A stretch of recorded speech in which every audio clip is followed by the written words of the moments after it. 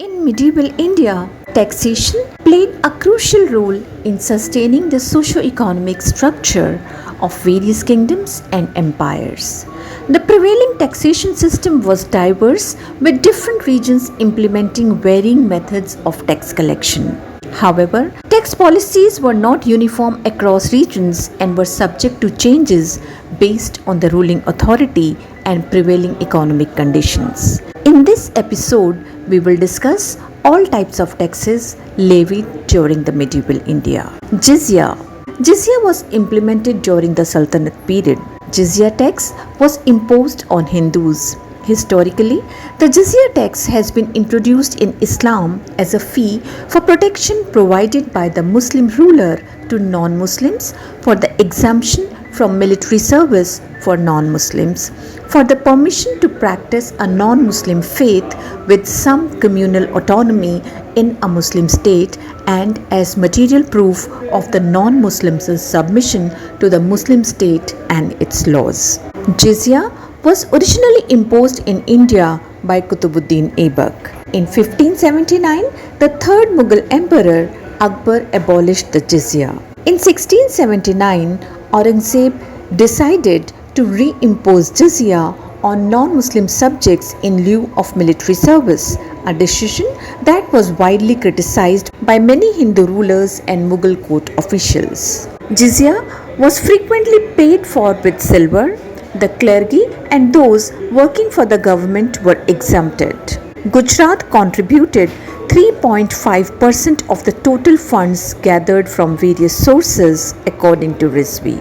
Many Hindu artisans, loan sharks, and cloth vendors protested the imposition of the jizya in Delhi, but their demonstration was crushed by the elephants. Kharaz was also imposed during the Sultanate period. Kharaz refers to a land tax levied by Muslim rulers on their non-Muslim subjects, collectively known as dhimme. Kharaz was a tax levied on the gross product of lands. It was introduced by Firoz Shah Tughlaq. Khums was also implemented during the Sultanate period.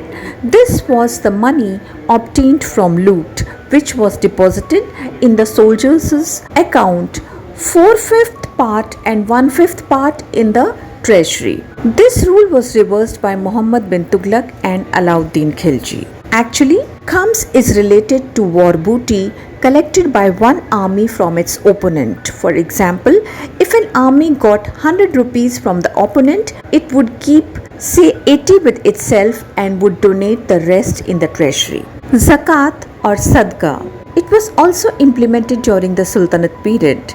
Zakat was a religious tax levied on Muslims, giving 2.5% of one's wealth to the poor and needy. Ushr was also implemented during the Sultanate period. Ushr was a tax levied on the gross product of lands belonging to Muslims. Harsh-e-sharva. This tax was also implemented during the Sultanate period by Firoz Shah Tughlaq. This tax was imposed on irrigation and its rate was 1/10 of the total produce. Ull was also imposed during the Sultanate period. This tax was for religious expenses. Charah was also imposed during the Sultanate period. Charah was a tax on grasslands used for grazing of animals. It was also introduced by Alauddin Khilji, and Firoz Shah Tughlaq abolished it. Hukuk was also a tax imposed during the Sultanate period. This tax was to be collected from landowners. Ghari was also a tax implemented during the Sultanate period. Ghari was a tax on houses. It was introduced by Alauddin Khilji. Grazing tax was also implemented during the Sultanate period. It was started by Alauddin Khilji. Sharab or Sharb. This tax was also implemented during the Sultanate period. Sharab or Sharb was 1/10 of crop production levied on farmers to develop and maintain water supply facilities. It was introduced by Firoz Shah Tughlaq.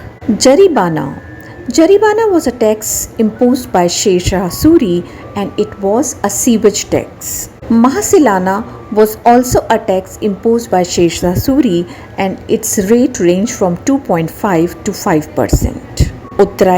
Utrai was a tax during Mughal dynasty. It was a ferry-buyer tax. Haasil-e-bazar was also a tax during Mughal dynasty and it was a market tax.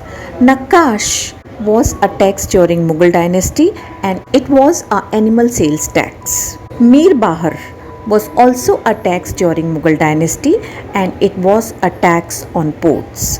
Dehsari was also a tax during Mughal dynasty and it was a tax on per bigha. Tamga was also a tax in Mughal dynasty and it was abolished by Jahangir. Zarib was a tax implemented in the Vijayanagar Empire. Zarib was introduced by Murshid Quli Khan based on the unit bigha.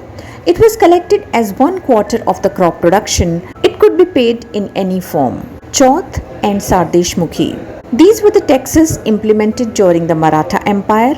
Chhatrapati Shivaji Maharaj collected these taxes outside his territory. Chauth was 1/4 of the government revenue paid by Mughal officers.